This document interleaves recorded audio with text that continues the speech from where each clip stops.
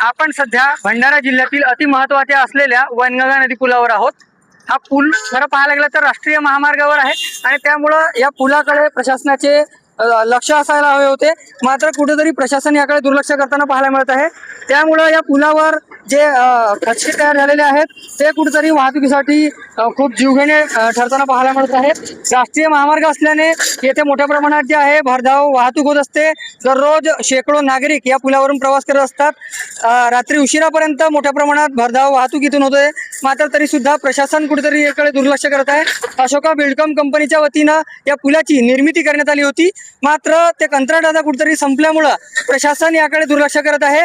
या पुलावर असलेले पथदिवे हे भंडारा नगर परिषद हद्दीत आहेत आणि त्यामुळे भंडारा नगर परिषदेने याची दखल घ्यायला हवी होती आणि हे पथदिवे जे आहेत ते सुरू करायला हवे होते। मात्र गेल्या अनेक दिवसापासून हे पथदिवे जे आहेत ते बंद अवस्थेत आहेत। त्यामुळे सायंकाळच्या वेळी या पुलावरून जी वाहतूक आहे ती जीवघेणी ठरते आणि त्यामुळे कुठेतरी स्थानिकांना इथून प्रवास करताना अतिशय अडचणीचा सामना करावा लागतो। आपल्याला बोलण्याकरिता काही प्रवासी आहेत, आपण त्यांच्याकडून सेट जाणून घेऊया।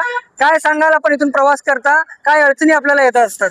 मी रोजच इथून प्रवास करतो आणि रोजच अपघात होऊन राहिले। भंडाऱ्याला कितीदा येणे जाणं करत असतो। आमचं गाव या ठिकाणून 12 किलोमीटरवर आहे। लाखनी, साकोली, गोंदिया आणि रायपूर पर्यंत जाणारा हा जुना नॅशनल हायवे आहे।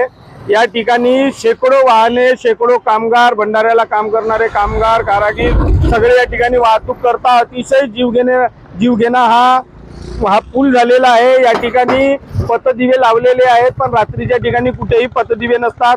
तुम्ही या ठिकाणी जर बघितलं तर ही पुलियाच्या खाली जी वाळू जमा झालेली आहे आणि या ठिकाणून हा पुलियावरचा पाणी जाण्याचा मार्ग होता तो या ठिकाणी वाळू, माती यांच्यामुळे बंद झालेला आहे आणि अतिशय जीवघेणा हा पुलिया या ठिकाणी निर्माण झालेला आहे। नक्कीच खरं पाहायला गेलं तर हा पूल जो आहे अत्यंत जीवघेणा आहे। आपल्याला बोलण्याकरिता पुन्हा काही प्रवासी आहेत, त्याला काय सांगाल, आपण इथून प्रवास करता काय अडचणी इथल्या आहेत? माझा रोजचा येण्या जाण्याचा हा मार्ग आहे आणि सांगायचं झालं तर रात्रीला इथं पथदिवे सुरू नसतात आणि त्याचबरोबर आपण समोर जो पाहू शकता तशा प्रकारे उखडलेला रस्ता आहे आणि यानंतर एक सुंदर बायपास बनवलेला आहे।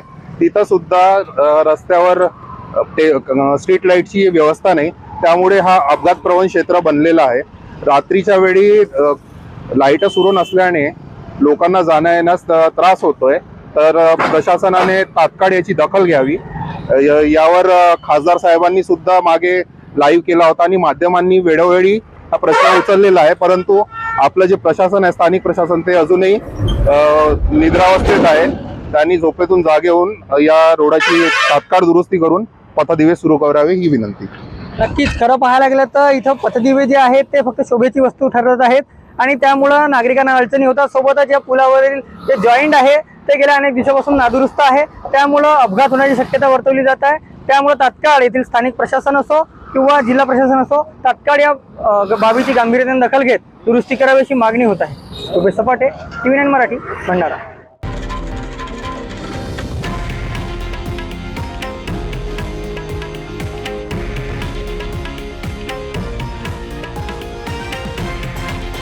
हे आहे देशातील नंबर 1 न्यूज नेटवर्क आणि आपण पाहत आहात TV9 मराठी, एकमेव।